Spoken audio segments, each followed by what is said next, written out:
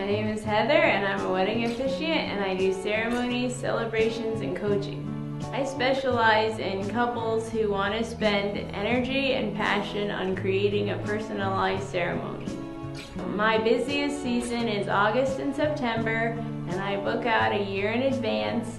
I live in Hillsboro, Oregon, and I have an office in Aloha, and I travel in Washington and Oregon. And I love the beach, vineyards, the cities, all over. I love to work in hotels and private residences and farms. I did a beautiful wedding last summer at a lavender farm. I've also done a wedding at a farm across the street from Pumpkin Ridge. Wherever, I like to do weddings wherever couples feel the most comfortable. I started my business because I had sat through too many lousy wedding ceremonies.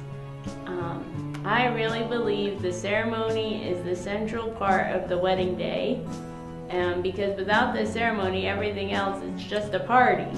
So the ceremony is important, and I had seen too many officiants do a lousy job mumbling or, looking away from the couple or speaking too softly or too loudly, and I knew I could do a better job.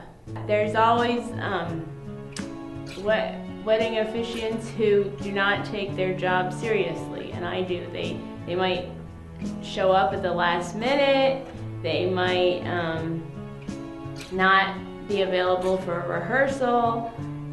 I am there 100% for the couple.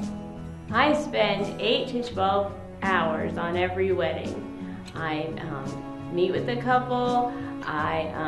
For an initial meeting, I'm always reading up on new ways of doing ceremonies, and so I have the resources to show couples examples of how other people are doing ceremonies.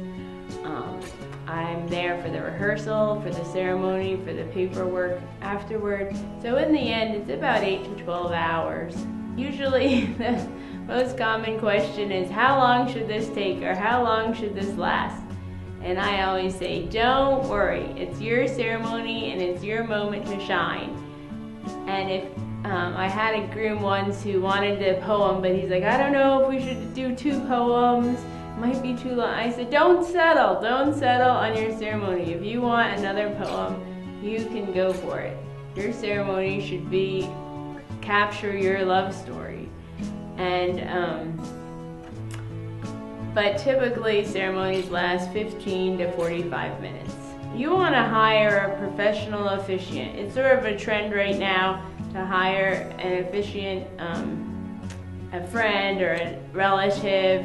I've heard that at the last several wedding shows I've done, people saying, oh, my uncle will be my officiant or my friend will be my officiant.